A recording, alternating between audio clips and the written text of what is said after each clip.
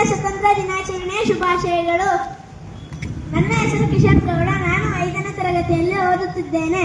ಇಂದು ನಾನು ಸ್ವತಂತ್ರ ಪೂರ್ವ ಭಾರತ ಮತ್ತು ಭಾರತದ ಸ್ವತಂತ್ರ ಹೋರಾಟ ಎಂಬ ವಿಷಯದ ಬಗ್ಗೆ ಮಾತನಾಡುತ್ತಿದ್ದೇನೆ. ಭಾರತವು ಸುಮಾರು 200 ವರ್ಷಗಳ ಕಾಲ ಬ್ರಿಟಿಷರ ಆಳ್ವಿಕೆಯಲ್ಲಿತ್ತು. ಬ್ರಿಟಿಷರು ನಮ್ಮ ದೇಶದ ಸಂಪತ್ತನ್ನು ಬಳಸಿಕೊಂಡು ಭಾರತೀಯರಿಗೆ ಅನೇಕ ಕಷ್ಟಗಳನ್ನು ನೀಡಿದ್ದರು.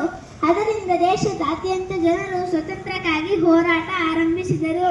1857ರ ಮೊದಲ ಸ್ವತಂತ್ರ ಸಂಗ್ರಾಮ ಭಾರತದ ಹೋರಾಟ ಆರಂಭವಾಗಿತ್ತು. ನಂತರ ಮಹಾತ್ಮ ಗಾಂಧೀಜಿ ಅಹಿಂಸೆ ಮತ್ತು ಸತ್ಯಾಗ್ರಹದ ಮಾರ್ಗವನ್ನು ಅನುಸರಿಸಿ ಜನರನ್ನು ಒಗ್ಗೂಡಿಸಿದರು. ಭಾರತದ ಪ್ರಮುಖ ಸ್ವತಂತ್ರ ಚಳುವಳಿಗಳು: ಅಸಹಕಾರ ಚಳುವಳಿ 1920ರಲ್ಲಿ ನಡೆಯಿತು.